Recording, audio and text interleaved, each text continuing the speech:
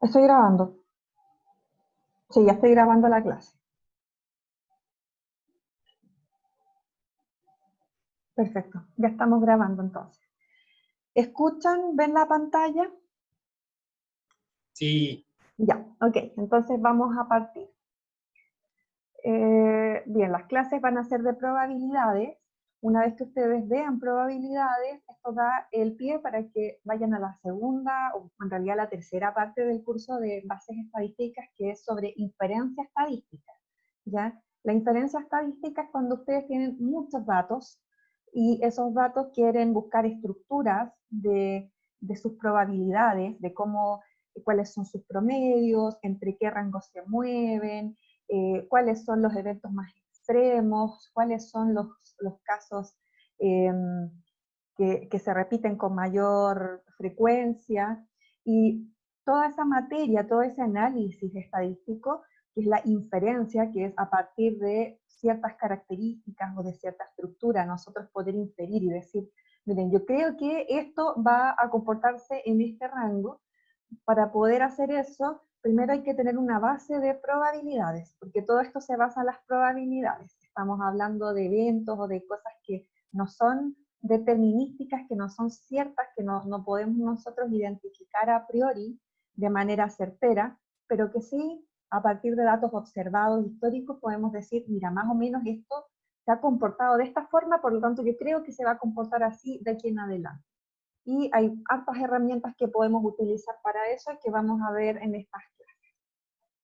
Entonces, partamos con probabilidades. Ya. Las fuentes de este curso, que no alcanza a subir, pero las voy a subir después, hay dos textos para estudiar. Los textos son de Rustock, que es un profesor de agronomía, y que él hizo esto para un apunte para los estudiantes de su carrera, ya, pero que también nos va a servir a nosotros. Y el otro es Ross, que es un libro de un primer curso de probabilidades. Sin embargo, llega bastante más allá de lo que nosotros vamos a ver, porque es para un curso completo de probabilidades. Pero pueden encontrar ciertos ejercicios y pueden además profundizar ciertos contenidos que nosotros vamos a tener que ver más o menos por encima, considerando cuáles son los requerimientos para el curso de ustedes, ¿ya? Y bueno, guías de ejercicios también que van a estar en un curso, que ya las subí en realidad, la resolución es la que me falta subir. Contenidos y evaluaciones, van a haber 2 semanas con clases de cátedra, esta y la próxima, que es el 8. En estas 2 clases, que en realidad son 4 clases en 2 semanas, vamos a ver métodos de conteo primero. Los métodos de conteo son, yo creo que ustedes los vieron en el colegio, son ciertas fórmulas y ciertas aproximaciones para poder calcular cómo ordenamos los datos, cuántas posibilidades, cuántos arreglos y combinaciones tenemos de datos, ya de un espacio muestral. La idea es que con eso nosotros no tengamos que ir haciéndolo a mano cada vez que tengamos que calcular una probabilidad. ¿A qué voy con esto? Por ejemplo, si tuviéramos un evento muy sencillo, el más sencillo de todos cuando se parte con probabilidades, que es lanzar un dado. Lanzar un dado, nosotros sabemos que hay solamente 6 opciones, ¿ya? 6 opciones al lanzar un dado, porque o puede salir 1, o 2, o 3, o 4, o 5, o 6. Y eso nosotros lo podemos listar a mano, no es un tremendo desafío, no es difícil. Sin embargo, cuando yo les pregunto cuántas combinaciones hay de números pares si es que lanzamos 5 dados en paralelo, en ese caso ya comienza a ser un poquito más tedioso el hacer el cálculo a mano de cuáles son todos los elementos de ese espacio muestral. Y en esos casos es que nosotros utilizamos métodos de conteo, ¿ya? Entonces eso es lo primero que vamos a ver en esta clase, distintos métodos de conteo, cuándo se utiliza uno, cuándo se utiliza otro. Después vamos a ver probabilidad marginal, que es el cálculo de probabilidades típico, que también ustedes algo ya han visto en el colegio, y que trata de la probabilidad de que algo ocurra, y básicamente el número de elementos de ese evento dividido por el número del evento total. Por ejemplo, ¿cuál es la probabilidad de que me salga 1 si lanzo un dado? Los casos favorables para que salga 1 es solo 1, es que salga la cara donde está un puntito. Y todos los casos posibles son 6. Entonces la probabilidad de que ocurra eso sería 1/6. Se llama probabilidad marginal porque estamos hablando de la probabilidad de un evento aislado sin considerar que depende de otras cosas, ¿ya? ¿A qué voy con esto? A que también después vamos a ver probabilidad conjunta, que es la probabilidad de que ocurran dos eventos juntos, ¿ya? O que ocurran dos en paralelo o que ocurran dos al mismo tiempo. Eso también lo vamos a ver esta mañana. Y después vamos a ver probabilidad condicional. La probabilidad condicional tiene relación a que cuando yo quiero saber cuál es la probabilidad de que ocurra un cierto evento, dado que tengo información previa, ¿ya?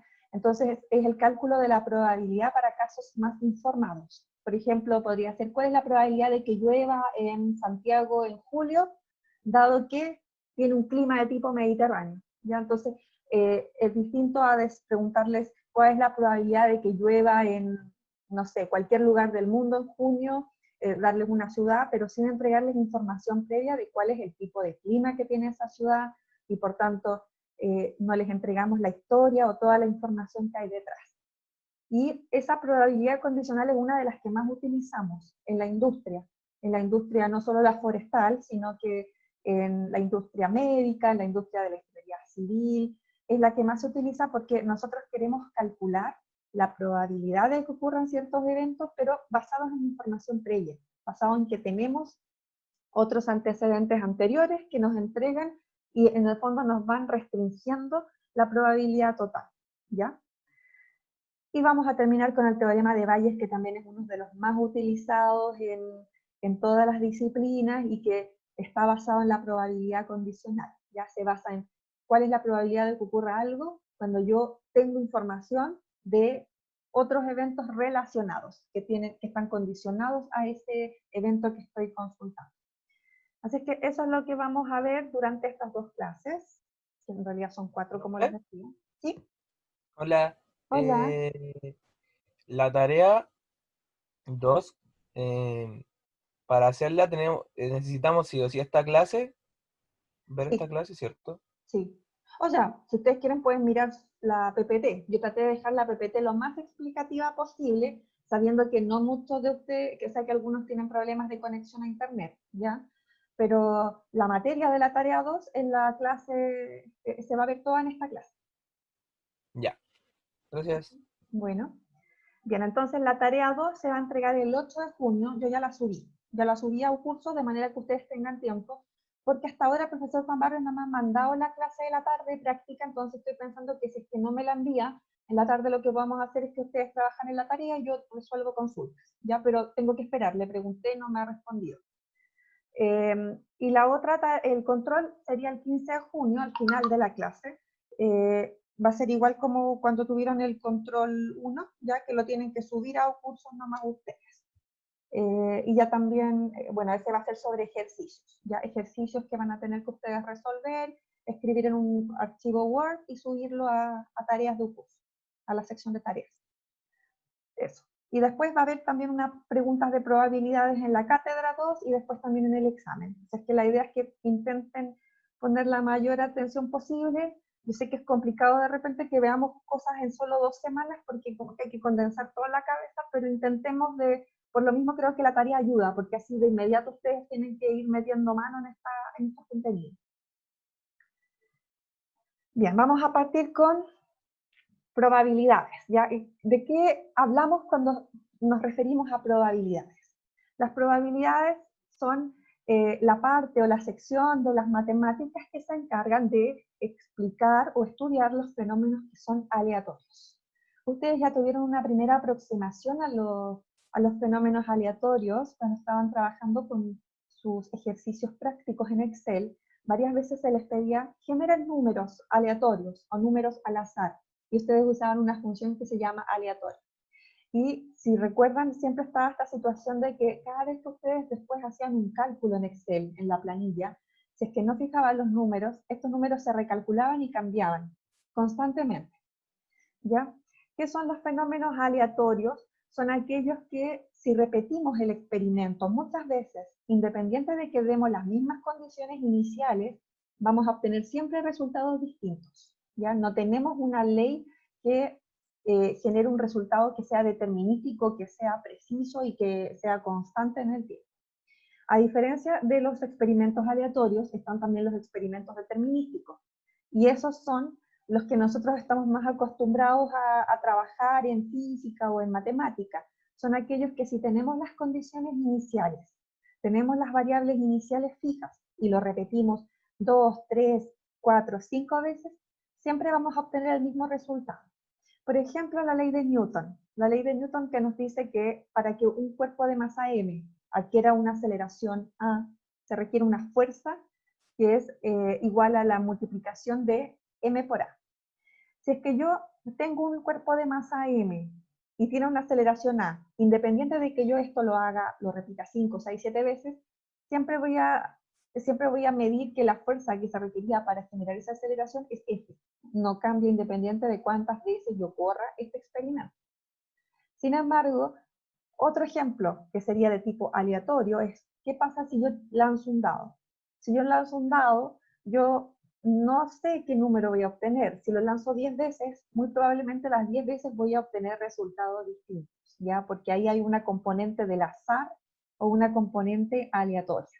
Y en ese caso yo no puedo decir, mira, voy a lanzar el dado y va a salir 5. No. Yo lo que sí sé es que hay una cierta probabilidad de que si lanzo el dado, sale 5. Y esa probabilidad es 1, porque hay un caso en el cual hay 5, dividido por 6, porque son 6 casos posibles en este espacio muestral. ¿Ya? Entonces, esa es la diferencia entre experimentos determinísticos, para los cuales usamos funciones nada más, y experimentos aleatorios, en los cuales, para poder explicar su estructura, usamos la ley de las probabilidades. Diferencia y relación que tiene la probabilidad con la estadística. ¿Por qué estudiamos probabilidades? Bien, porque gran parte de lo que nosotros hacemos en nuestro trabajo, en nuestras disciplinas, se trata sobre estadística, inferencia estadística. Ya ustedes, por ejemplo, cuando van a terreno y hacen ciertos muestreos de ciertas parcelas forestales, ustedes no van a un parque nacional y muestrean todos los árboles de ese parque nacional. Simplemente no necesitaríamos un ejército de ingenieros forestales para hacer eso. Ustedes lo que hacen es que van y escogen algunas parcelas, un cierto número de parcelas, ahí miden las variables dendrométricas, y luego a partir de las que midieron en esa muestra, ustedes hacen una inferencia estadística. Y ustedes dicen, a partir de lo que medí, este bosque o todo este sector debiese tener tales características dendrométricas. Por ejemplo, decir, se mueven entre diámetros entre 20 centímetros y 40 centímetros y hay aproximadamente 1000 individuos, etc. ¿Se fijan? Eso es la inferencia estadística. Es entregar ciertos resultados o ciertas características o estructuras de un sector completo o de un conjunto completo de variables a partir de muestras, ¿ya? Y esa inferencia estadística se realiza utilizando herramientas de la probabilidad, porque nosotros, si muestreamos, siempre hay una posibilidad de que esa muestra no represente perfectamente a todo el universo de datos que tenemos, ¿ya? Entonces tenemos una probabilidad de que lo que nosotros estamos midiendo sea representativo del universo completo de datos. En el estudio de la estadística tratamos con representación entonces de resultados fortuitos que ocurren en un estudio planeado o en una investigación científica. Por ejemplo, en una industria se puede representar cuántos productos defectuosos se generan en la línea de producción. Históricamente hemos visto que se generan, por ejemplo, 5 defectuosos de cada 1000, ¿ya? No quiere decir que cada vez que produzca 1000 van a haber 5, ¿ya? No, pero como históricamente ha ocurrido eso, yo puedo decir de que es muy probable de que de cada 1000 ocurran 5. Sin embargo, quizás en la próxima tirada de 1000 me salen 2 malos y en la siguiente me salen 7, ¿ya? El tema es que en promedio, históricamente, de cada 1000, hay más o menos 5 malos. Entonces, nuevamente, eso no es algo determinístico. Yo no sé si en la próxima tirada de 1000 van a haber 5, pero yo sé que es muy probable que sí, ¿ya? Ese es el tipo de problemas que resolvemos nosotros con las probabilidades. En el estudio de la hidrología analizamos y representamos estadísticamente el número de sequías y cómo afectan a la disponibilidad hídrica en regiones. Ese también es un ejemplo súper común. De hecho, en hidrología, en meteorología, la pregunta típica que se hace es, ¿cómo se viene este año? ¿Va a ser un año seco o va a ser un año húmedo?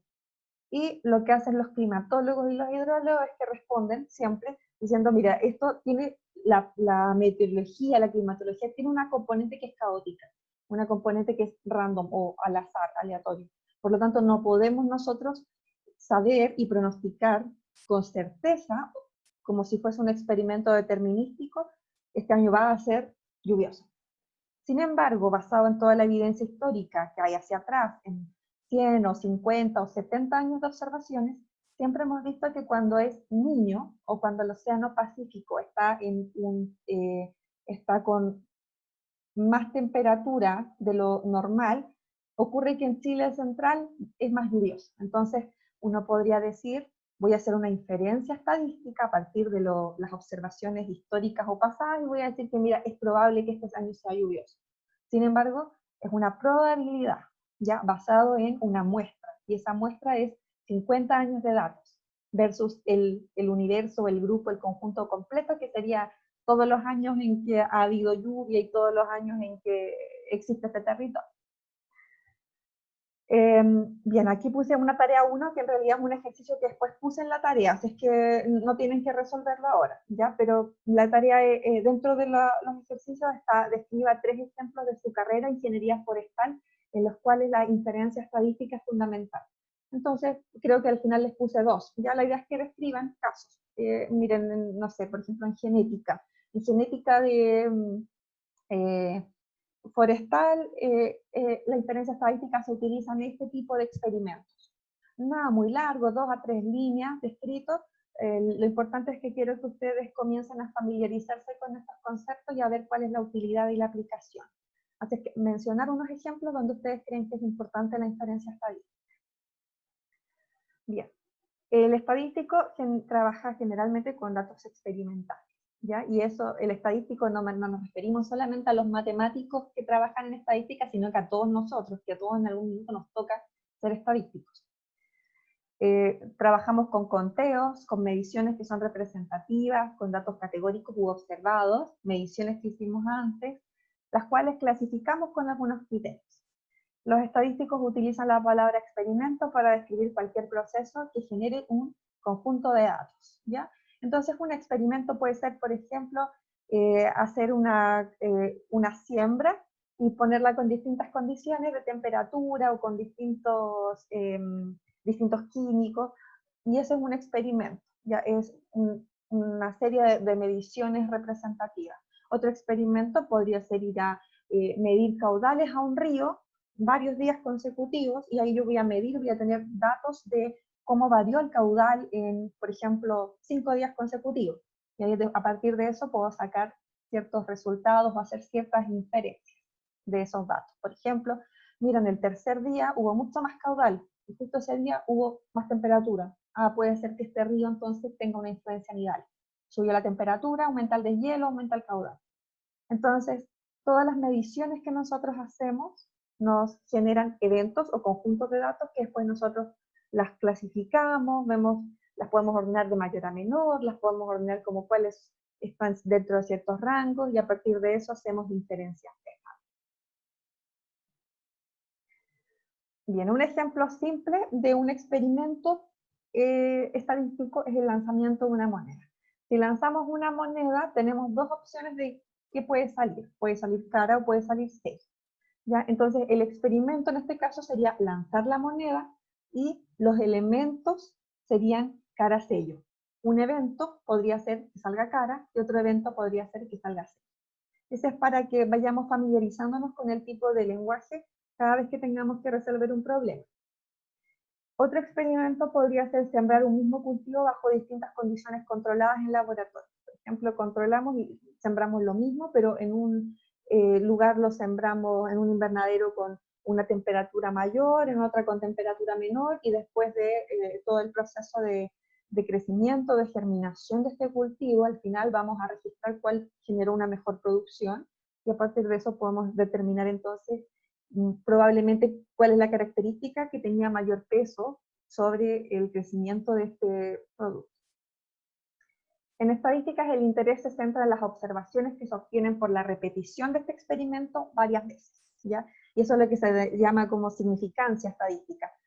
No basta con que lo hagamos una vez el experimento y con eso no podemos hacer una inferencia general, ¿ya? Sino que tenemos que repetir un experimento varias veces, n veces, y así vamos a poder tener entonces algo que sea significativo y en lo cual nosotros podemos tener cierta confianza estadística.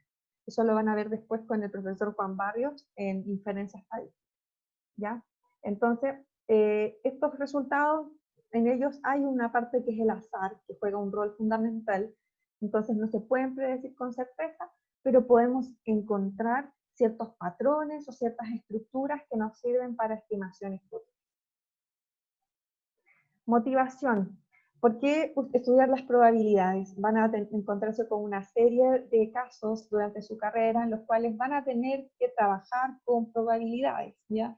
En los cuales van a tener datos, por ejemplo, cada vez que ustedes trabajen con riesgo, el riesgo es el riesgo en cualquier disciplina, riesgo de que haya sequía, riesgo de que haya inundación, riesgo de que haya un incendio forestal. En todos los casos se trabaja como probabilidades. Y aquí les muestro un ejemplo simple de la página de CONAF, en el cual hay unos mapas que se están actualizando constantemente y los que entregan para distintas regiones y distintos sectores cuál es el riesgo de que haya un incendio forestal. Y ese riesgo se calcula con información pasada, ya información de eventos anteriores. Por ejemplo, en eventos anteriores, históricamente se ha visto que si la humedad sobrepasa o está debajo de un cierto límite y que en conjunto a esa humedad se da que la temperatura está por sobre otro límite y que el viento está por sobre un cierto límite, cuando esas tres características se dan, normalmente es mucho más propicio para que se generen incendios forestales. Y como históricamente se ha visto eso, entonces estos mapas entregan riesgos a partir de distintas informaciones espaciales, de temperatura, de precipitación, de humedad y de viento. Y meten todos esos datos a la juguera, y entonces calculan qué tan probable es de que haya un incendio forestal en distintas zonas, de manera de alertar a la población y decir, ojo, en este sector están las condiciones como para que se genere un incendio forestal y se propague, por lo tanto intentemos evitar llegar a esa situación, ¿ya? Entonces, en la vida profesional nos vamos a encontrar con muchísimas instancias en las cuales vamos a tener que trabajar con experimentos.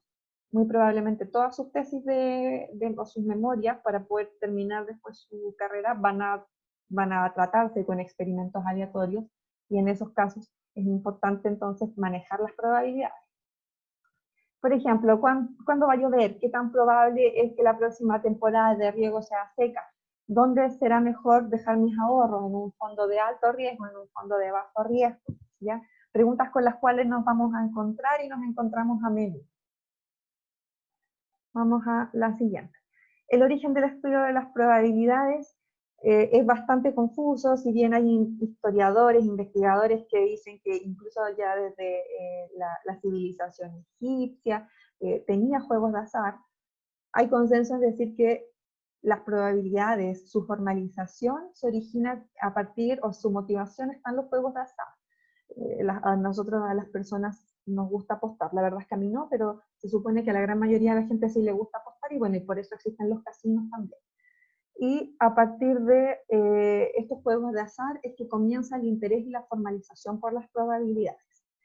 Históricamente, de todas formas, se asocia que las probabilidades y su formalización se le atribuyen a dos matemáticos franceses, que son Blaise Pascal y Pierre de Fermat, quienes durante el siglo XVII intercambiaron una serie de cartas, producto de un desafío de un jugador asiduo perteneciente a la corte del rey Luis XIV, el rey Sol, que quizás lo han visto en una serie que ha salido hace poco en Netflix, creo que es de Versalles, del Palacio de Versalles.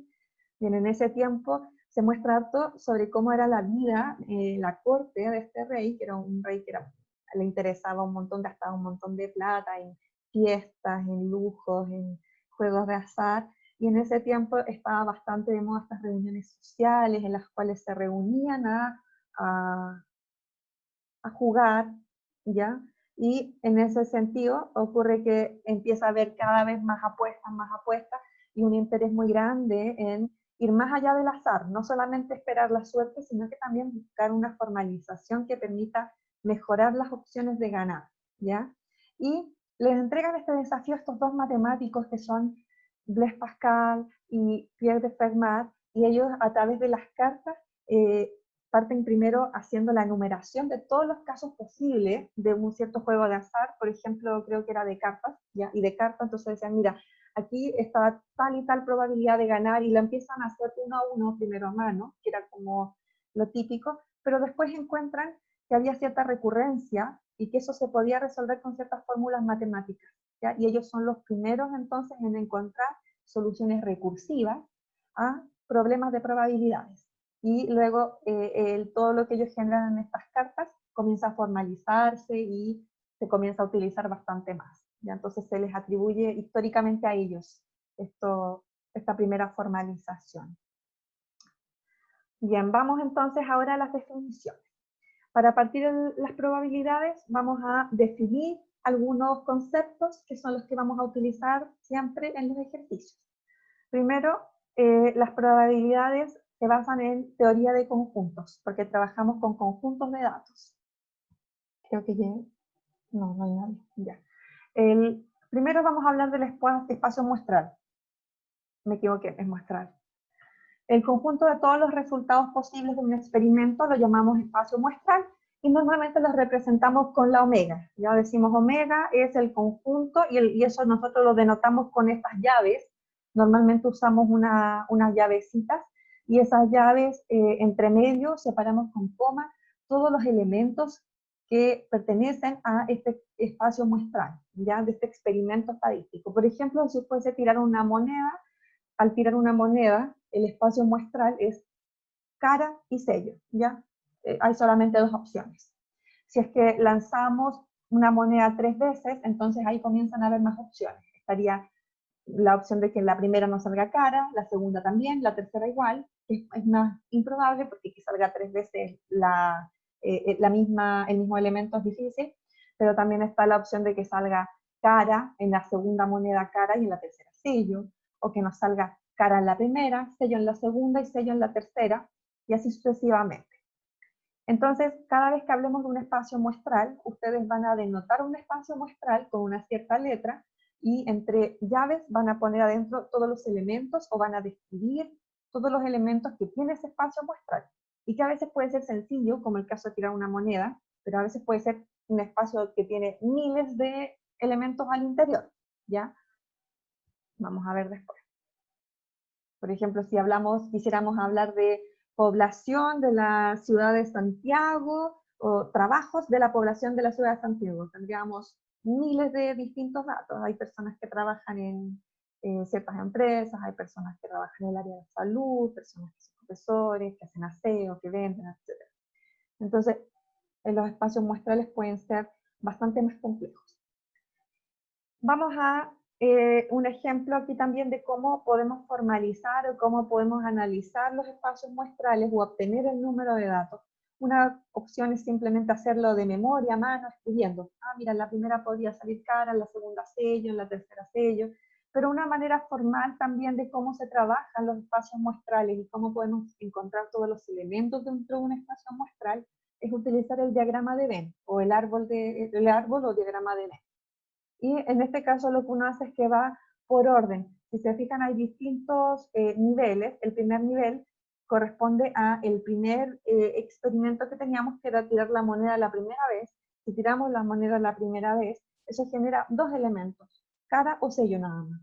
Pero después, para cada uno de esos dos elementos, si lanzamos la moneda por segunda vez, hay nuevamente dos casos posibles, que es cara y sello, y para cada uno de estos dos, si se fijan, este segundo nivel corresponde al lanzamiento de la segunda moneda.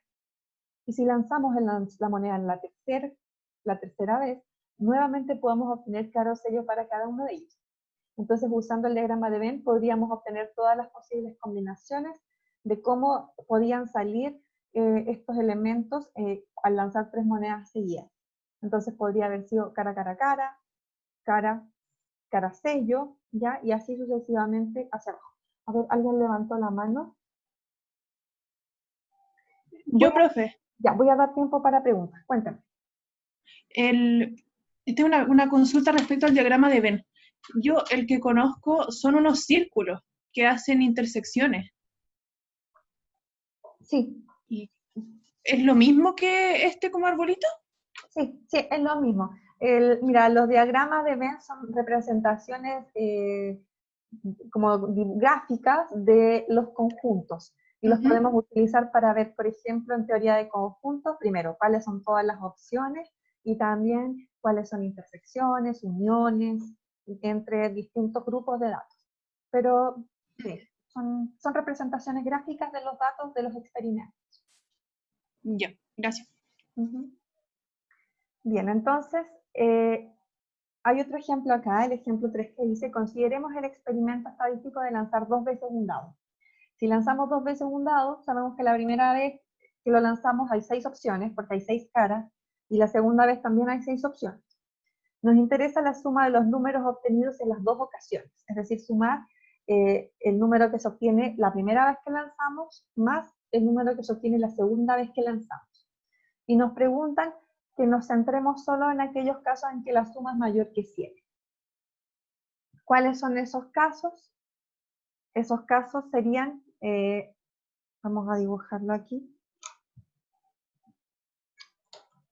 A ver, voy a compartir ahora otra pantalla.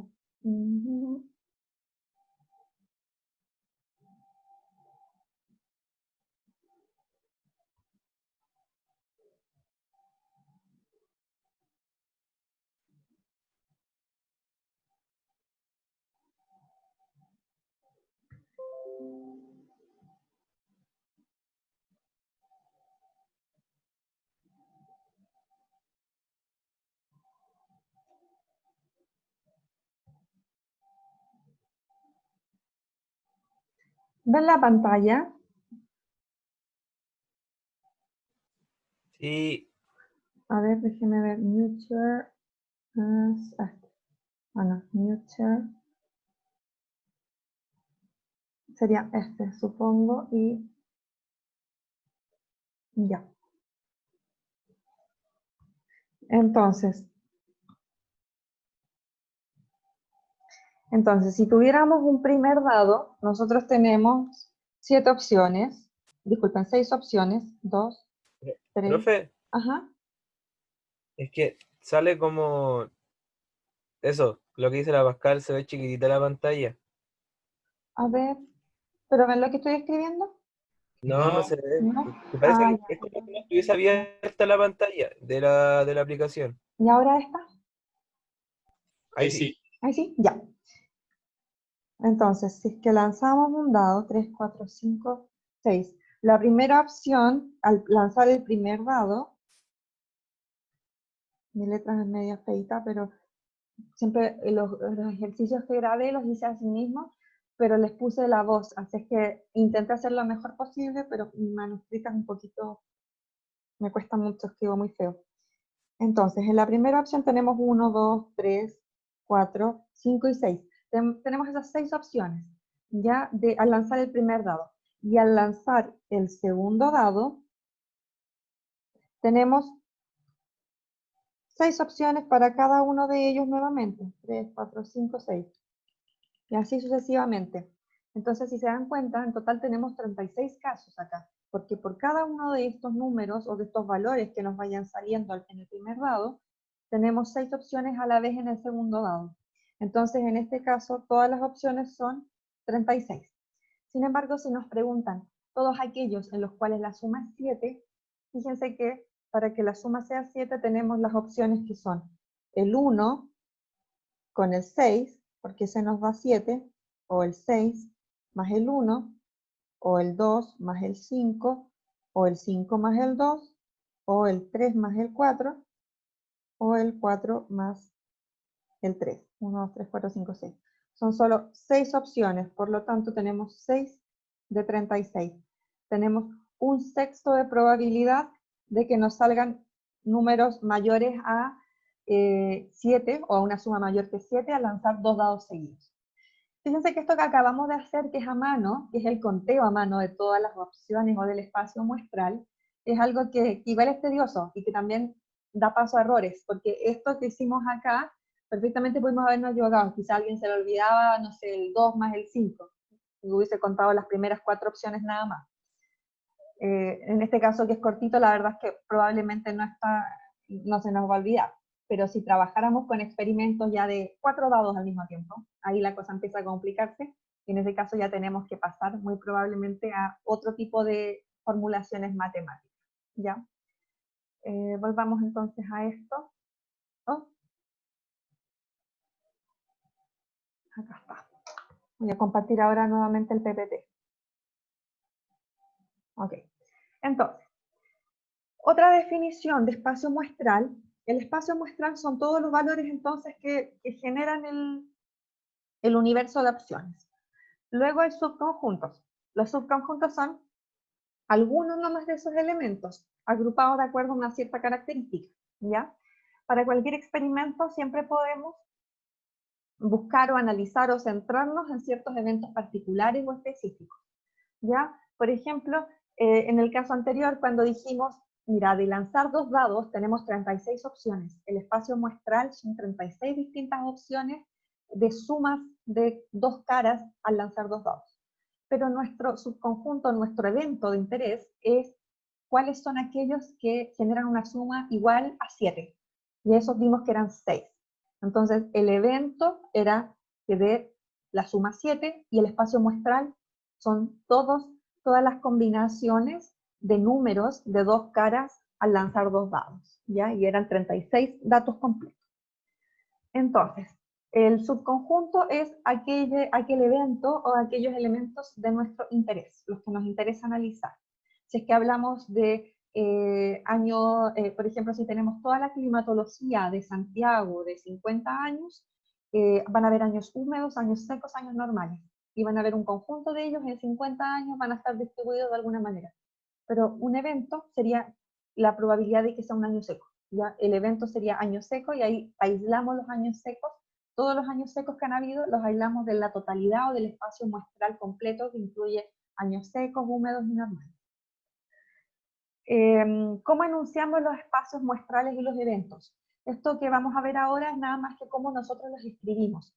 Cuando a ustedes les toque hacer un ejercicio, cuando les toque hacer una tarea, cómo describen o formulan matemáticamente un evento o un espacio muestral. Antes vimos que los espacios muestrales normalmente se describen con llaves y luego los elementos se separan con comas. Un evento, mira, el espacio muestral entonces es un número grande o infinito de puntos muestrales que describen y se definen mediante un enunciado o una regla.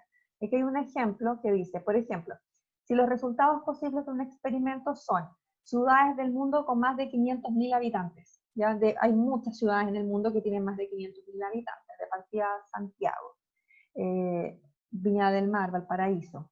Entonces, ¿cómo escribimos eso o cómo lo formalizamos matemáticamente? Le damos un nombre. Vamos a decir ese es entonces el subconjunto en el cual X es una variable tal que la rayita vertical significa, o se lee como tal que, X es una ciudad con una población de más de 500.000 habitantes.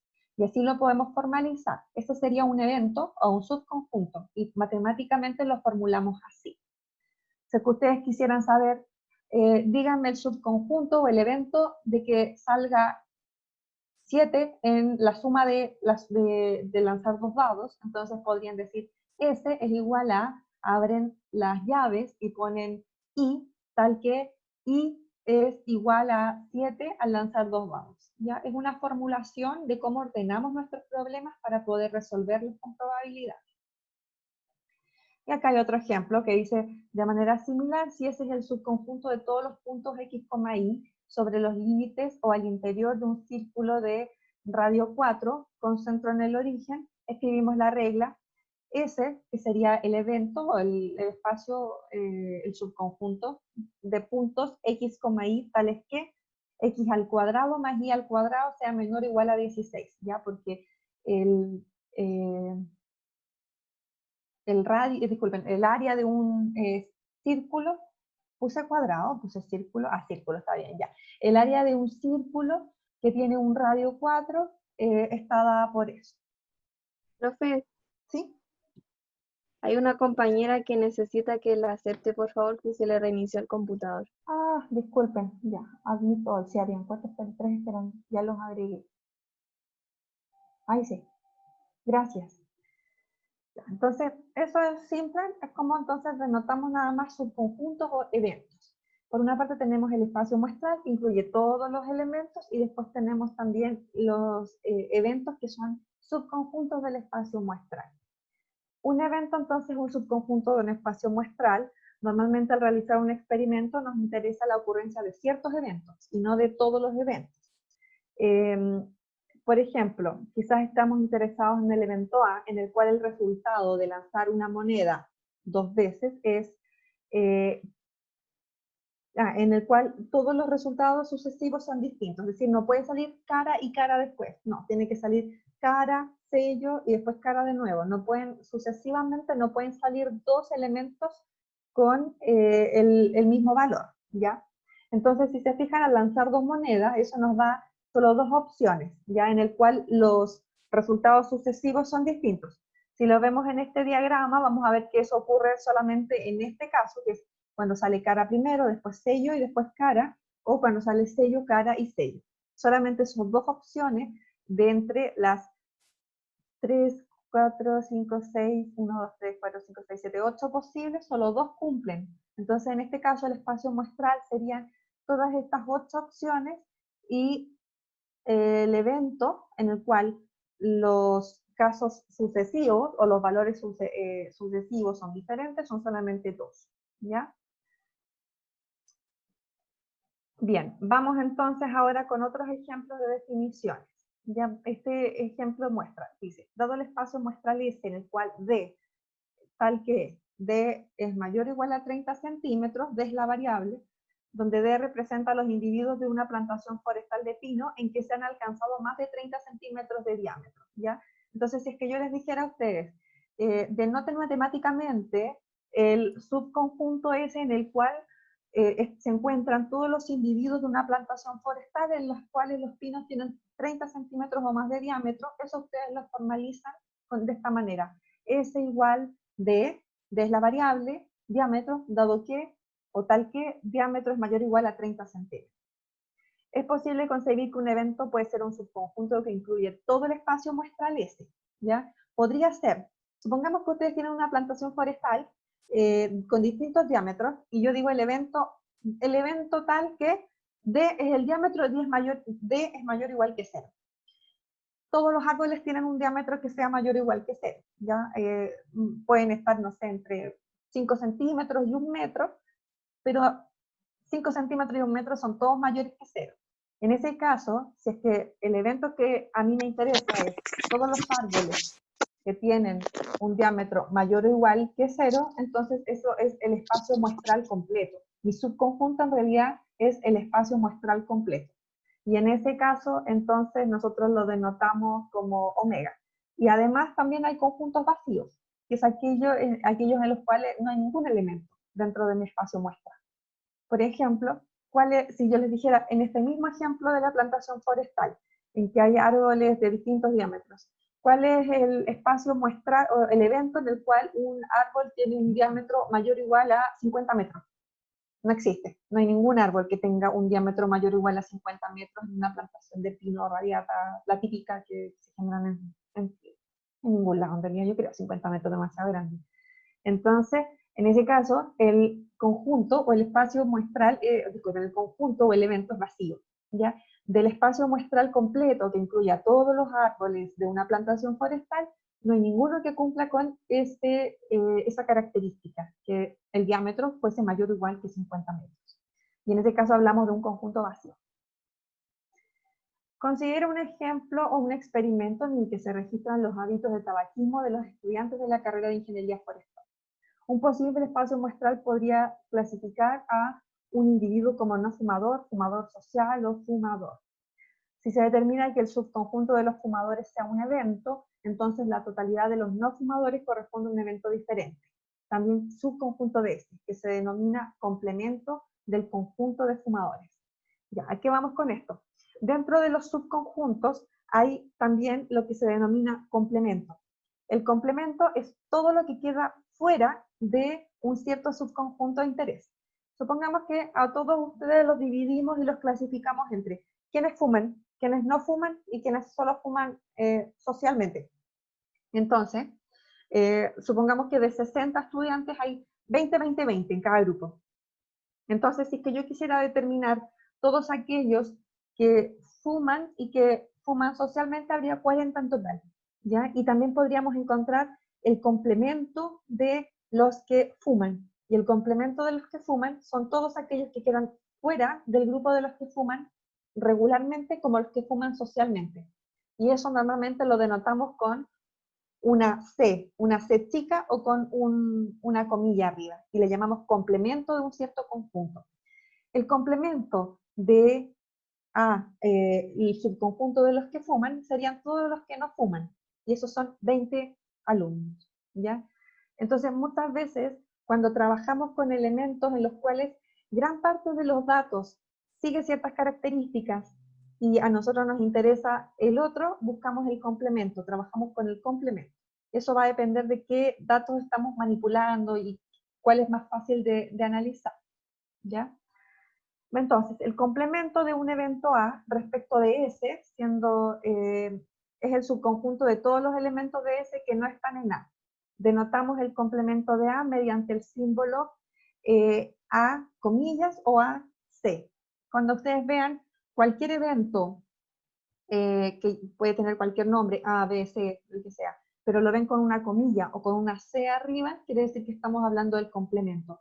Y eso incluye a todos los elementos del espacio muestral, menos los que están en A o en la letra que denota a un cierto subconjunto, ¿ya? Entonces el complemento es todos los elementos que están fuera de un cierto evento. Por ejemplo, si en el mismo experimento anterior buscamos el evento en el que los árboles hayan alcanzado diámetro sobre los 50 centímetros, entonces el evento B, en el cual los árboles han alcanzado diámetro sobre 50 centímetros, es A complemento. ¿Por qué? ¿Se acuerdan cuál era el evento A? El evento A era todos aquellos árboles que tenían diámetros menores a 50. Y si ahora yo quiero saber los árboles que tienen diámetros mayores a 50, lo que puedo hacer es buscar el complemento de A, todos los árboles que no están en A, y ahí los voy a encontrar.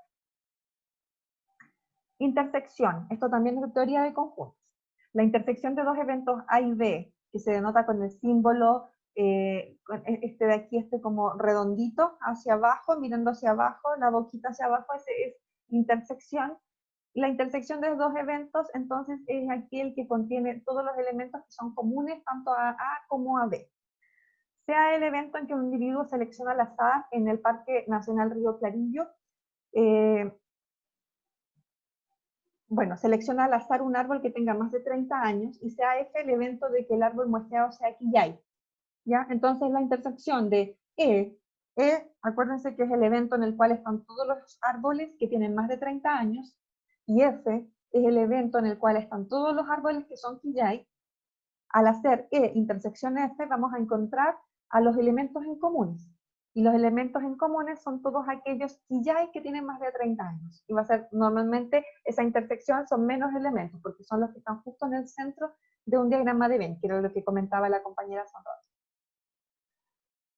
Luego, ¿qué son eventos mutuamente excluyentes? Son eventos que no pueden ocurrir en conjunto. Entonces, como son disjuntos, su intersección es vacío, ¿ya?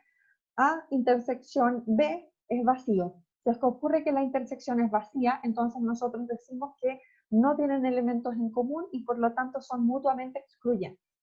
Ojo con esto, porque algo que recurrentemente le ocurre a los estudiantes es que confunden los eventos que son mutuamente excluyentes con los eventos que son independientes. Dos eventos pueden ser independientes, pero igual tener intersecciones en el centro, ¿ya? Entonces, no es lo mismo algo que sea excluyente con algo que sea independiente.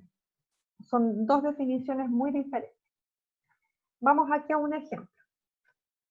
Mediante un trabajo en terreno, los estudiantes de Ingeniería Forestal de la Universidad de Chile levantaron y caracterizaron las edades de 1000 árboles de la ladera sur del Parque Nacional Río Clarillo.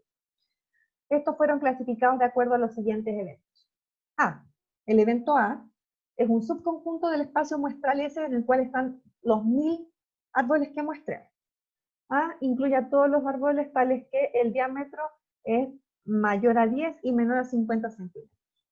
Se define el evento A complemento como de aquellos árboles que tienen diámetros mayores a 50 centímetros. Aquí vamos a asumir que no había ninguno que tenía menos de 10, ya eran todos mayores a 10.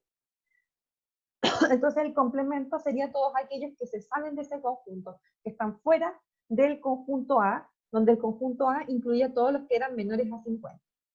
Si ustedes se fijan, si quisiéramos ver la intersección entre A y A complemento, la intersección es vacío, no hay ninguno, porque o están en A o están en el complemento, que son todos los que no están en A. Entonces su intersección o sus elementos en común van a ser cero. Otra cosa es la unión. La unión de dos eventos A y B se denota con el símbolo A unión B con la boquita hacia arriba y que incluye a todos los elementos que pertenecen o a A, o a B, o a ambos. Ya también incluye los que están intersectados. Entonces acá mostramos un diagrama de Venn donde hay un conjunto A que tiene los datos 1, 2, 7 y 4. También hay otro subconjunto que es B que tiene 1, 3, 6 y 2. Hay un subconjunto C que tiene los elementos 1, 3, 4 y 5. Y luego aquí vamos a definir otros eventos que van a ser subconjuntos o uniones, ¿ya? A unión C. Si es que vemos A, el subconjunto A con el subconjunto C, fíjense que la unión incluye a 1, a 2, a 3, a 4, a 5 y a 7. Son todos esos eventos. Fíjense que no repetimos dos veces los que están en la intersección. Porque si repitiéramos, por ejemplo, el 1 y el 4 y el 4 están tanto en A como en C, pero los vamos a poner una sola vez, porque si no estaríamos incluyendo elementos repetidos, y en realidad no nos interesan los repetidos, nos interesa la unión. Y la unión es todos los elementos, pero una vez nada más, ¿ya? Después, B complemento intersección A. ¿Cuál sería B complemento intersección A? Sería 4 y 7. ¿Por qué? Todo lo que está fuera de B, ¿qué es todo lo que está fuera de B? Es 7, 4 y 5. Son esos tres elementos los que están fuera de B. Acuérdense que el complemento es todo lo que está fuera de un cierto conjunto. Entonces el complemento de B son todos los números que están fuera de B. 7, 4 y 5. Pero nos piden que eso lo intersectemos con A. Y los únicos que están fuera de B y que se intersectan con A son 7 y 4. ¿Ya? Por eso queda fuera el 5, porque el 5 no se intersecta con A. Si bien está fuera de B, no se intersecta con A. Después, A intersección B, intersección C. A intersección con B tiene en conjunto, en común el elemento 2 y el 1. Sin embargo, si también lo intersectamos con C, el 2 queda fuera. Entonces, el único que queda en la intersección de estos tres eventos es 1. Y luego, A unión con B. A unión con B tendría la unión de todos los elementos que están ahí, en este sector, A y B. Sería 1, 2, 7, 4, 3 y 6. ¿Ya? Pero después nos pide que todos esos los intersectemos con C. Complemento, es decir, todos los que están fuera de C. Y fíjese que los que están dentro de C en esta unión serían 4, 1, 3. Y los que están fuera de C serían 2, 7 y 6. Que están acá. ¿Ya? Así que este ejercicio sencillo, hágalo a mano una vez para que después vayan como soltando nada más la mano sobre cuál es la intersección, cuál es la unión, cuál es el complemento. Aquí hay un ejemplo de un espacio muestral que es de lanzar dos dados, nada más que lo puse aquí porque quería que lo mismo que formalizamos delante a mano lo vieran, que en este caso el espacio muestral son 36 casos distintos, 36 combinaciones de el valor que sale en el primer dado y el valor que sale en el segundo dado, y luego hay un evento, el evento A es que la suma sea 5, ¿ya? Y el evento A sería solamente 4 casos. 4 más 1, 3 más 2, 2 más 3 y 1 más 4. Entonces un evento siempre es un subconjunto de un espacio muestral. El espacio muestral tiene todos los datos, el evento tiene un subconjunto. Y ahora vamos a conteo de puntos muestrales. ¿Cómo vemos un conteo de puntos muestrales? Uno de los problemas que el estadístico debe considerar e intentar evaluar es la aleatoriedad, ¿ya? Asociado a la ocurrencia de ciertos eventos cuando nosotros desarrollamos un experimento. En muchos casos debemos ser capaces de resolver un problema de probabilidad mediante el conteo del número de puntos que conforman el espacio muestral, sin hacer el listado de elementos a mano, sin hacer lo que hicimos acá con el caso de lanzar 2 dados, en que era fácil porque eran 36 casos. Pero muchas veces, cuando tengamos que hacer el conteo de cuántos eventos tenemos, son mucho más que 36, y ahí hacerlo a mano puede ser bastante más complejo. Y en ese caso, entonces, usamos distintos elementos de conteo, ¿ya? Acá hay otro ejemplo: ¿cuántos puntos muestrales hay en el espacio de lanzar 2 dados a la vez? Que es el mismo que vimos anteriormente, que decimos, mira, el primer dado tiene 6 formas, el segundo dado tenía 6 también, antes nosotros lo desarrollamos a mano, sin embargo acá usamos el principio multiplicativo. ¿Qué es el principio multiplicativo? Nos dice que si una operación se puede llevar a cabo de n1 formas, y para cada una de estas n1 formas hay n2 formas de hacerlo, de realizar la segunda operación, entonces las dos operaciones juntas se pueden realizar de n1 por n2 formas posibles, ¿ya?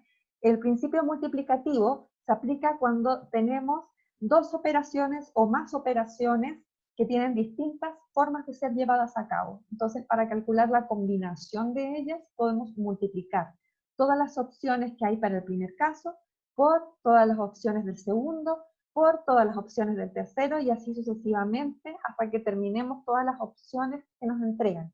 Si fuesen 3 dados, la primera opción tiene 6, la segunda tiene 6, la tercera tiene 6. Y para calcular el total podríamos multiplicar 6 por 6 por 6. El principio multiplicativo es una de las cosas que más vamos a utilizar. Vamos a ver un ejercicio un poquito más complejo de esto. El principio aditivo es cuando una operación tiene formas alternativas, o se realiza de una manera o se puede realizar de otra, ¿ya? Ojo con esto, cuando hablamos de y, en general, y se asocia a intersección en matemática y a multiplicación. Entonces, si un evento o un experimento se puede realizar de estas maneras y de estas otras, cuando decimos y, usamos multiplicación, ahí usamos el principio multiplicativo. Pero cuando son alternativas y decimos se puede hacer de esta manera o de esta otra, ahí ya no aplica la multiplicación, sino que aplica el aditivo, ¿ya? O hago casas o utilizo los materiales para hacer bodegas, ¿ya? O si no, en este caso entonces usamos aditivos. Tenemos tantas opciones de usar los materiales en casa o tenemos tantas opciones de utilizar los materiales para construir bodegas.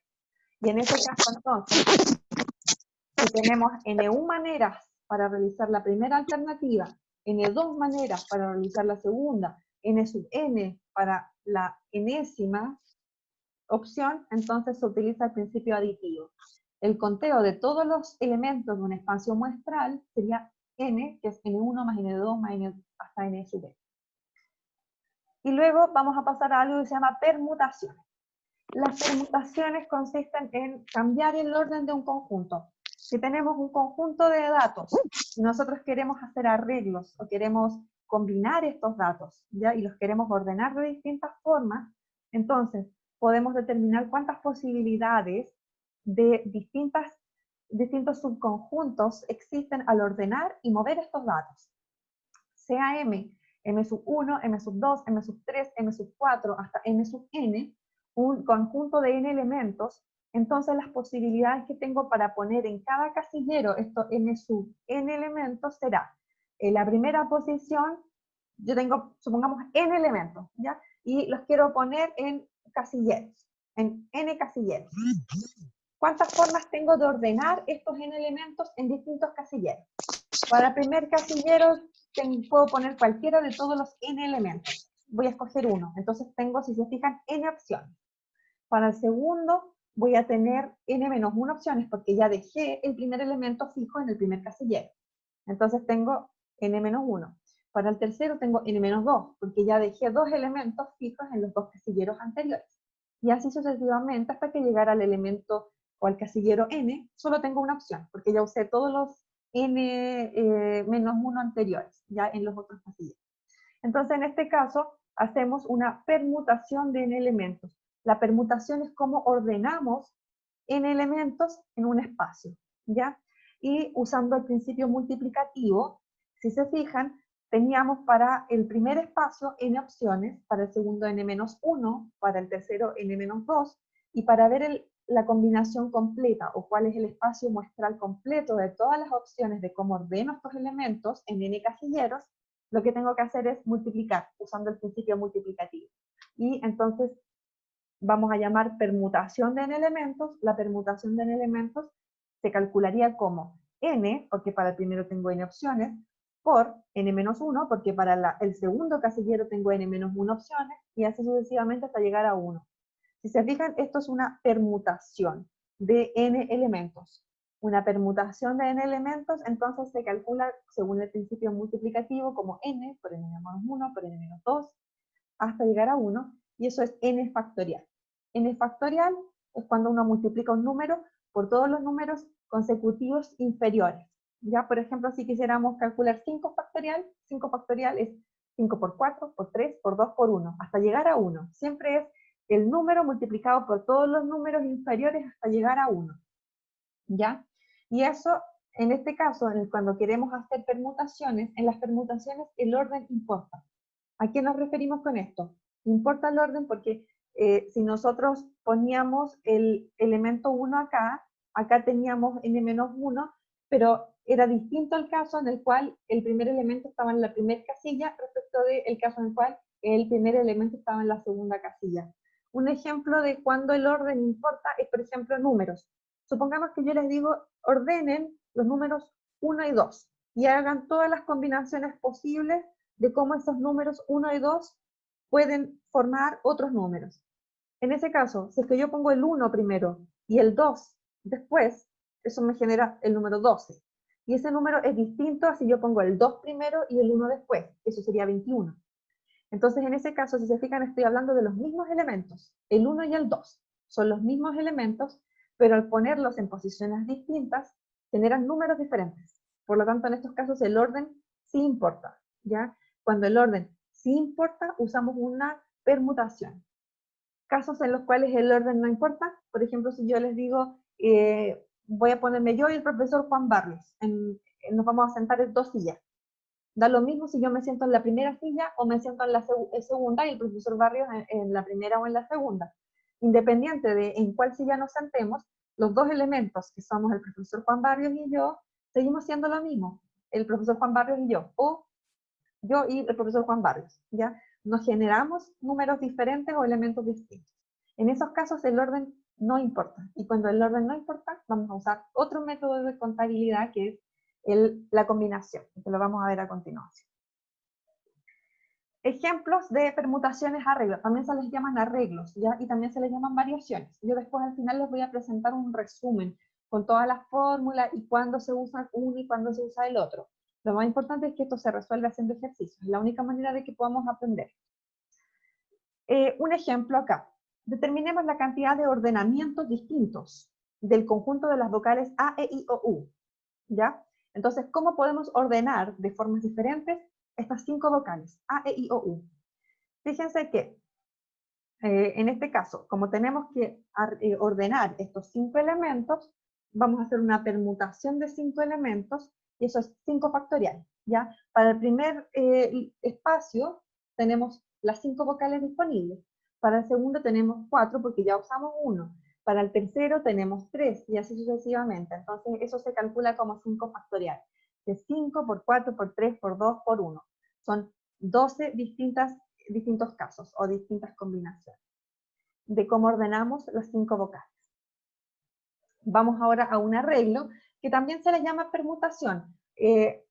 Van a encontrarlos con distintos nombres, ¿ya? Pero en este caso le vamos a llamar un arreglo, que son todas las posibles ordenaciones o combinaciones de 5 elementos, n elementos, pero n elementos que pertenecen a un grupo más grande de m. Es decir, antes, si se fijan, nosotros ordenábamos los 5 elementos usando grupos de 5.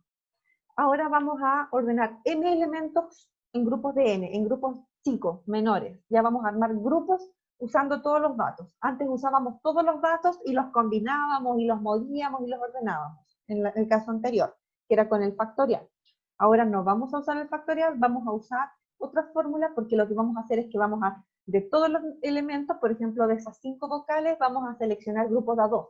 Seleccionamos 2, las ordenamos. Seleccionamos otros 2, las ordenamos. Seleccionamos otras 2, las ordenamos.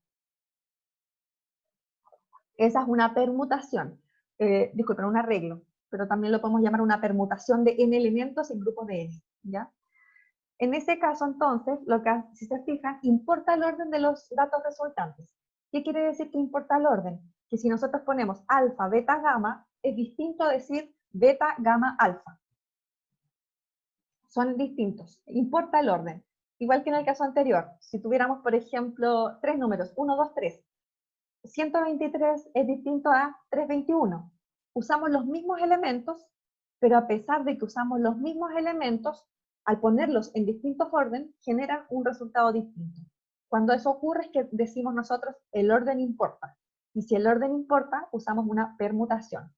Si es que el orden no importa, porque estamos trabajando y que los elementos da lo mismo en qué orden están, generan lo mismo. Por ejemplo, si yo tengo una manzana y una pera, si yo digo pera, manzana, y si las ordeno de otra forma, manzana, pera, siguen siendo los mismos elementos y en ese caso el orden no me importa, porque me voy a comer la manzana y la pera igual. Pero si es que estamos hablando de números, 1 y 2. 1 y 2 es 12, 2 y 1 21, son números diferentes. En ese caso el orden sí importa. Acá igual es bien importante que hay que concentrarse porque no es tan claro, a veces a uno le cuesta darse cuenta. Estos casos que les dije son ridículos, la verdad son súper fáciles, todos los entendemos, pero a veces hay casos en que es más complejo darse cuenta si el orden importa o no. Ya por eso hay que estar bien concentrados con los problemas, leer bien el enunciado y darle una vuelta, no es así, acá importa, no, acá no importa. De hecho les subí unos ejercicios de, por ejemplo, un pastel. ¿Qué pasa si hacemos un pastel? Hay 3 elementos. ¿Importa o no importa? Al principio yo pensaba, sí importa, porque en realidad es distinto si pongo la harina primero y después la leche. Pero la verdad es que no, porque no estamos pensando como un chef de cocina, sino que en ese caso el tema es que si usamos 3 elementos, independiente de qué orden los ponemos, va a salir la misma torta. Mientras que si cambiamos el elemento, sacamos el limón, por ejemplo, y ponemos chocolate, ya no nos queda una torta de limón, nos queda una torta de chocolate. Básicamente lo que quiero decir aquí, después que esté dando un poquito de jugo, el tema es que hay que darle una vuelta. Cada vez que tengamos un problema hay que detenerse un ratito y pensar, ¿importa el orden? Sí o no. ¿Ya? Y ahí vamos viendo qué fórmula o qué método de conteo utilizamos. Si es que el orden importa, usamos arreglos y permutaciones. ¿Ya? Vamos al siguiente ejemplo. Disponemos, no, este ya lo hicimos. Acá. Ejemplo 2. Determinemos la cantidad de arreglos de 2 vocales que podemos hacer en el conjunto de las vocales A, E, I, O, U. En este caso, M, ¿se acuerdan que M era el conjunto total del espacio muestral? Es 5. M es 5 porque tenemos 5 elementos totales en el espacio muestral. Tenemos A, E, I, O, U. Y luego N es 2, porque nos están pidiendo que armemos grupos de a 2, es decir, grupos de 2 entre 5 elementos. Y aquí el orden importa. AE es distinto a EA. Son casos diferentes. Entonces, aquí primero los resolvimos a mano. Para hacer el ejemplo nomás, mostramos y decimos, mira, el primer caso es que nos salga AE. Después puede ser la A con la I, la A con la O, la A con la U. Y también el EA. Después tenemos el E con el I, el E con el O, el E con el U. El I con el A, el I con el el I con el O, el I con el U. Y así sucesivamente. Entonces tenemos en total 20 casos, si es que nosotros lo hiciéramos a mano. ¿Cómo podemos calcular eso para no equivocarnos, para no confundirnos y hacerlo rápido? Fíjese que eso era un arreglo o una permutación de 5 elementos en grupos de a 2, en los cuales el orden importa. Y usábamos entonces la fórmula de la permutación o de arreglo. Y eso es 5 factorial arriba dividido en 5 menos 2 factorial abajo, que eso es 3. ¿Ya? Antes me faltó decir que la fórmula de un arreglo, es decir, la fórmula de cómo nosotros generamos grupos de n sobre m, valores totales, se calcula como m factorial arriba que es m es el número total de elementos del espacio muestral, dividido por, en el denominador, m menos n, que sería m, el número total de datos del espacio muestral, menos n, que es el número de datos que tiene el conjunto o el subconjunto, el grupito que queremos armar, y eso factorial, y eso nos permite calcular. Y acá está un ejemplo bastante simple. En este caso, m es 5, porque tenemos 5 elementos totales en el espacio muestral. N es 2, porque vamos a hacer grupos a 2. Entonces lo calculamos como 5 factorial arriba, dividido en 5 menos 2 factorial abajo. Eso es 5 por 4 por 3 factorial, dividido en 3 factorial. Se van los 3 factorial y nos quedaría solamente 5 por 4, que es 20 arreglos distintos. Entonces es lo mismo que tuvimos que desarrollar a mano arriba, que podríamos habernos equivocado, confundido. Era bastante más fácil calcularlo con la fórmula del arreglo de la permutación de n elementos en grupos de n, o de 5 elementos en grupos de 2. Vamos a seguir entonces. Combinaciones ahora. Antes dijimos que estábamos hablando de elementos donde el orden importa. Es distinto 1, 2 a 2, 1. Sin embargo, ¿qué pasa cuando en los casos en que, por ejemplo, tuviéramos que alfa, beta, gamma es igual que beta, gamma, alfa? Es decir, si el orden cambia, la verdad es que no importa porque sigue siendo el mismo elemento. En ese caso, cuando el orden no importa, entonces usamos combinaciones. Ahí tenemos que eliminar los repetidos. Eliminar los repetidos, que son cuando tenemos los mismos elementos, pero en distinto orden. Y eso se calcula con la fórmula de la combinatoria. La combinatoria de m elementos en grupos de n se calcula como m, que es el número total de elementos, factorial, dividido por n factorial, que es el número de grupitos, elementos agrupados que queremos generar, que en el caso anterior era 2, por m menos n factorial. ¿Ya? Entonces, si se fijan, es la misma fórmula de la permutación, pero en este caso, abajo agregamos el n factorial. Entonces, si se fijan que como estamos dividiendo por un número más grande, lo que estamos haciendo es reduciendo las opciones posibles. Y eso tiene todo el sentido del mundo. En la permutación, si se fijan, los valores, como el orden importaba, AE es distinto a EA. En este caso, en la combinación, como el orden no importa, AE es igual a EA, entonces tenemos elementos repetidos que se eliminan. Entonces la cantidad total o el conteo total es menor que el de la permutación. Y por eso abajo queda una n factorial multiplicando el m menos n, es decir, estamos dividiendo por un número más grande, por lo tanto vamos a tener un número más pequeño de casos posibles. Y aquí vamos a un ejemplo sencillo. Tenemos a Javier, Gonzalo, Manuel, Pamela y Paola. Los 5 se han postulado a la directiva del curso, pero solo 3 de ellos pueden quedar. ¿Cuántas directivas posibles hay? En este caso vamos a asumir que los 3 cargos de directiva son iguales. Ya no hay una diferencia, no es que hay un presidente, un secretario y un tesorero. Son todos iguales, los 3 dirigen.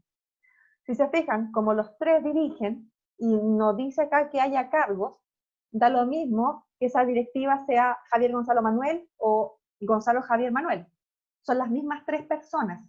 Es decir, el orden no importa. Da lo mismo en qué orden yo los seleccione. Finalmente, el cargo va a ser el mismo. Por lo tanto, Javier Gonzalo Manuel es lo mismo que Manuel Gonzalo Javier. Son los mismos elementos. Solo importa eso. En ese caso, entonces, lo que vamos a hacer es una combinación, no una permutación, porque si no vamos a estar contabilizando más elementos de los que queríamos. Y vamos a hacer una combinación de 5 elementos, porque tenemos 5 personas, que las vamos a ordenar de a 3, en grupos de a 3. Entonces, la combinación de 5 sobre 3. Y eso se calcula como 5 factorial arriba, dividido en 3 factorial, que es n, que era los grupos que vamos a formar, por 5 menos 3 factorial. Y si se fijan, eso es 5 por 4 por 3 factorial arriba, dividido en 3 factorial por 5 menos 3 es 2, 2 factorial es 2 por 1. Se nos van los 3 factoriales, nos queda arriba 5 por 4, 20, dividido en 2, 10. Hay 10 posibles directivas. Ya entonces, cuando veamos que el orden no importa, lo cual en general ocurre cuando trabajamos con personas, en que el orden no importa mucho porque son los mismos elementos, a menos que haya diferencias en los cargos. En ese caso, entonces, usamos una combinatoria, usamos esta forma. Las combinaciones con repetición, ¿ya? ¿Qué quiere decir esto? Quiere decir que, por ejemplo, teníamos que entregar los mismos cargos anteriores, pero se podían repetir. Es decir, una persona podía tener los 3 cargos juntos. Ya una persona podía repetirse los 3 cargos. Si el caso es ese, entonces estamos hablando de una combinación con repetición. Y en ese caso se incluyen más casos, porque no solamente podía ser Gonzalo, Javier, Manuel, podía ser Gonzalo, Gonzalo, Gonzalo, que el mismo Gonzalo se quede con 3 puestos. Entonces ahí tenemos que agregar algunos elementos. Esta combinación con repetición, cuando los elementos sí se pueden repetir, lo calculamos como n menos 1 más k dividido en n menos 1 por k factorial abajo, y arriba factorial igual. Siendo k los grupos, n el número total de elementos disponibles. ¿Ya? Vamos a después hacer algunos ejemplos de esto como para que quede más clarito. Acá ya hice un resumen. Ese resumen yo quiero que ustedes luego, a pesar de que está en la PPT, lo escriban a mano en una hoja de cuaderno de ustedes, lo tengan a mano y lo vean cada vez que van a resolver un ejercicio, porque siempre vamos a tener que revisar estas formas. Fíjense que tenemos variaciones, ya que también las llamamos permutaciones. Las variaciones las usamos cuando el orden importa. 1, 2 es distinto a 2, 1. Si el orden importa y además se pueden repetir, entonces podría también ser el caso 1, 1, 2, 2, ¿ya? En esos casos, cuando se pueden repetir los elementos y el orden importa, usamos una variación de n elementos en grupos de k, ¿ya? Y eso se hace como n, donde n es el número de elementos, elevado a k. K, el grupo, los elementos del grupo. Combinación, el orden no importa. Cuando manzana-pera es igual a pera-manzana, son los mismos elementos, me voy a comer igual las 2 frutas, independiente de cuál me coma primero. En ese caso, cuando el orden no importa, usamos una combinatoria de n elementos en grupos de k. Y eso lo hacemos como n factorial dividido en n menos k factorial por k factorial, siendo k, recuerden, el número de elementos del grupo. Permutaciones, el orden importa, 1, 2 es distinto a 2, 1, de n objetos en grupos de k. Ahora, sin repetición, si se fijan el primero, que le llamé variación para hacer una distinción nomás, el primero se podían repetir. Ahora, la permutación, que es la tercera que tengo acá, el orden es importante, pero sin repetición, se hace como la fórmula que habíamos visto antes de permutaciones o de arreglos, n factorial dividido en n menos k factorial. Y combinaciones con repetición, que son las últimas que vimos, que es cuando el orden no importa, ¿ya? Pera-manzana es lo mismo que manzana-pera, pero también podemos repetir. Entonces, podría yo, dentro de mis grupos de 2, incluir los casos pera-pera o manzana-manzana. En ese caso, cuando permito repetición y el orden no importa, uso la combinación con repetición. Y en ese caso, entonces, la fórmula que utilizamos es k más n, k siendo el número de grupos, de elementos en el grupo, en el número total, menos 1 factorial, dividido en k más n menos 1 menos k factorial por k factorial. Ese es un resumen que quiero que ustedes, como se los dije, lo anoten en una hojita de cuaderno y pongan al lado. Esta fórmula la uso cuando quiero ordenar elementos donde el orden importa y se pueden repetir. Orden no importa, no se pueden repetir, etc. Y así después, cada vez que hagan un ejercicio, van y buscan cuál es la fórmula que tienen que utilizar. Ya, vamos aquí a ver algunos ejemplos. Cuando termine estos ejemplos, voy a dar una pausa y después vamos a tener tiempo para que miren los ejemplos a mano que yo hice, que los dejé en unos videos y los puse en YouTube. Se los voy a mandar después. Pero primero veamos estos ejercicios y después vamos a la pausa, ¿ya? A ver, me imagino que igual ya deben estar cansados, pero les pido un ratito más, si son 2 ejemplos sencillos. El primero nos dice lo siguiente. En una pastelería hay 6 tipos distintos de pasteles. 6 pasteles, ya supongamos, tienen pay de limón, tienen chocolate, tienen selva negra, tienen berlín, cheesecake y kuchen de miga. 6 tipos de pasteles distintos. Y nos pregunta, ¿de cuántas formas podemos escoger grupos de 4 pasteles?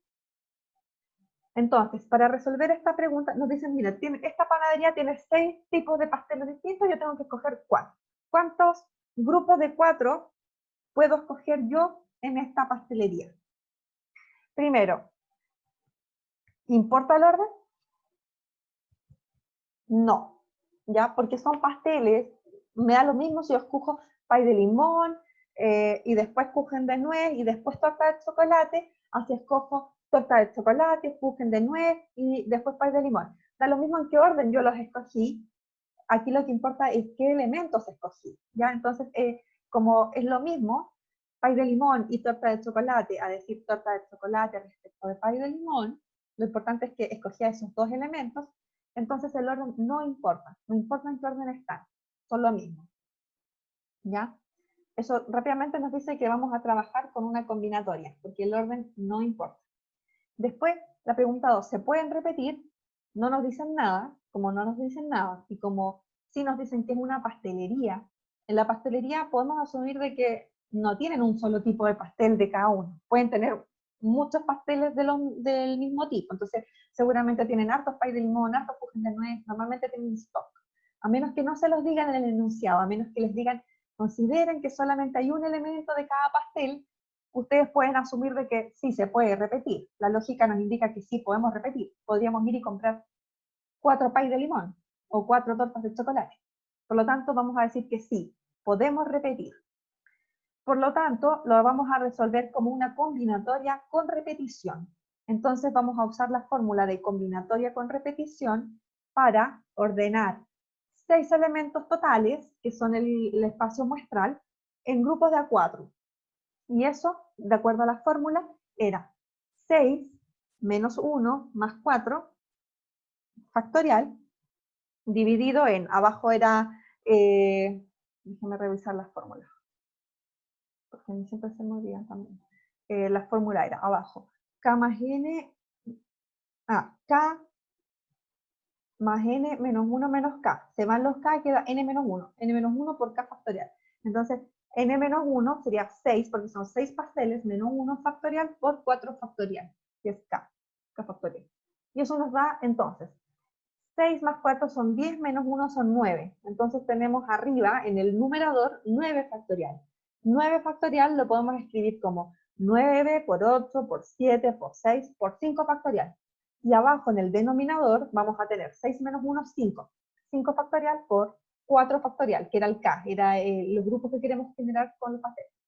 Fíjense que 5 factorial con el 5 factorial abajo se van, entonces nos queda 9 por 8 por 7 por 6 dividido en 4 factorial, 4 por 3 por 2 por 1. El 3 por el 2 es 6, se va con el 6 de arriba, el 4 se va con el 8 de arriba, nos queda 2. Nos quedan 9 por 2, 18 por 7 y eso es 126. Entonces tenemos 126 opciones de escoger 4 pasteles distintos en una pastelería en la cual hay 6 pasteles. Esas dos preguntas siempre se las van a hacer en todos los ejercicios de métodos de conteo. Cada vez que les pregunten a ustedes cuántos grupos de X pueden armar con L elementos, ustedes van a usar métodos de conteo y se van a hacer las preguntas primero, ¿importa el orden? ¿Sí o no? 2, ¿se puede repetir? ¿Sí o no? Y a partir de eso, escogen la fórmula y calculan cuántos elementos tienen disponibles. Otro ejemplo, ¿cuántos números de 5 cifras se pueden formar con los dígitos 1, 2 y 3? Entonces, tenemos 5 grupos de 5, ese es K, y tenemos 3 dígitos distintos. Entonces, el número de elementos, el espacio muestral, son 3, y los grupos son 5. Pregunta 1, ¿importa el orden? Sí importa el orden, porque 1, 1, 1, 2, 3 no es lo mismo que decir 1, 1, 1, 3, 2. El primer caso, si se fijan, tenemos los mismos elementos en los dos casos, pero en el primer caso tenemos el número 11.123, y en el segundo, al ordenarlo un poco distinto, tenemos el número 11.132, usando los mismos elementos. Entonces, en este caso, el orden sí importa. Cambia el resultado si es que cambia el orden de los elementos. La pregunta 2, ¿se pueden repetir? Sí, de lo contrario no podríamos formar elementos de 5 cifras con 3 dígitos, ya nos faltarían 2 dígitos. Entonces, aquí, sin que nos diga que se puede repetir, cae de cajón, cae de maduro, que sí se podía repetir, porque ¿cómo formamos números de 5 cifras con solo 3 elementos? Solo repitiendo. Eso es el tipo de cosas que yo les digo que tienen que poner atención, porque en el enunciado no siempre les van a decir las cosas explícitas. En este caso, en un problema como este, a ustedes no les van a decir, ¿se pueden repetir? No, eso es algo que ustedes tienen que deducir a partir del enunciado. Entonces, ¿se pueden repetir? Sí. ¿Y cómo resolvemos entonces un método de conteo en el cual tenemos que el orden sí importa y además se puede repetir? Lo hacemos con una variación de n sobre k. Y en ese caso tendríamos entonces que sería 3, porque 3 es el número de elementos en este espacio muestral, elevado a 5, porque 5 es los grupos que tenemos que armar, grupos con 5 elementos. Entonces eso nos da 243. Es decir, hay 243 opciones de números de 5 cifras, tomando dígitos 1, 2 y 3. Fíjense que acá estaba la fórmula de una variación, o cómo resolvemos un método de conteo en el cual el orden importa y se pueden repetir. Fíjense que era n sobre k. N el número de objetos, k los grupos, los elementos que hay en el grupo. Hasta acá vamos a llegar. Voy a preguntar si voy a darles unos minutos para hacer preguntas y después voy a dar 15 minutitos de recreo y volvemos. A ver, voy a dejarlos a todos con volumen. Go unmute. Ya. ¿Tienen preguntas?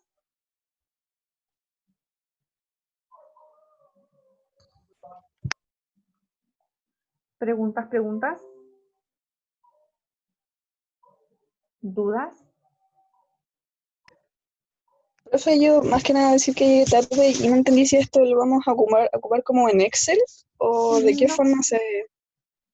No, o sea, pueden calcular igual en Excel si ustedes quieren, pero en realidad esto, la tarea, por ejemplo, la tienen que escribir, tienen que tipear en el Word y después la suben.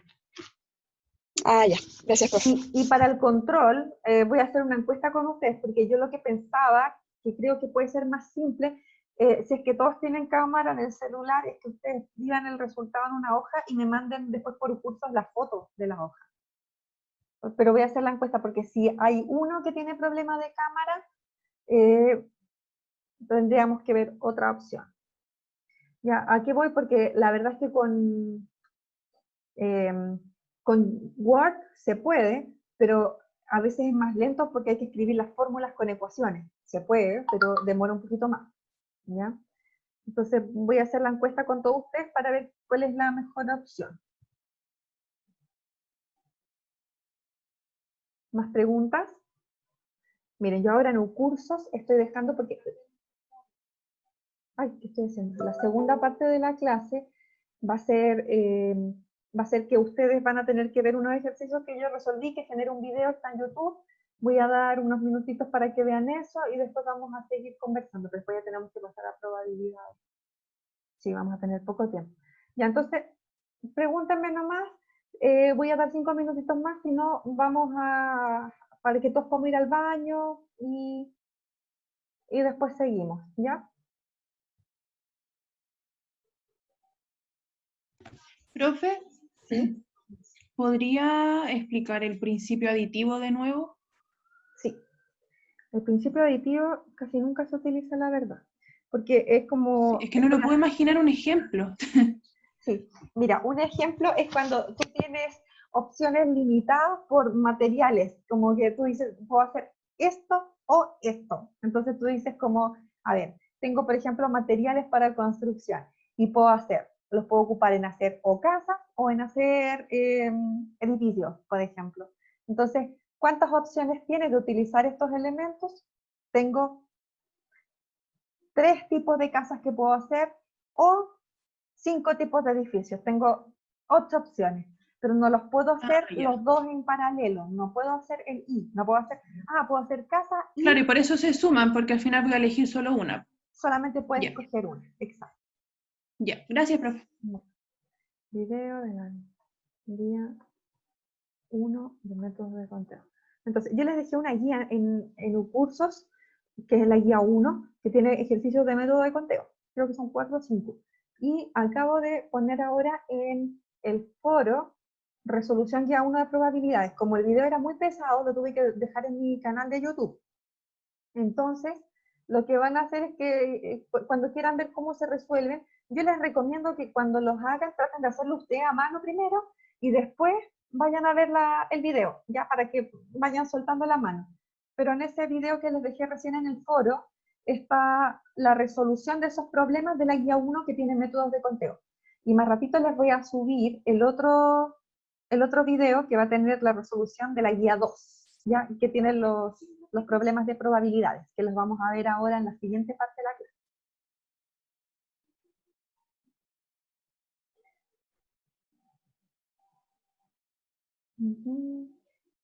Quiero ver cómo se hace esto de la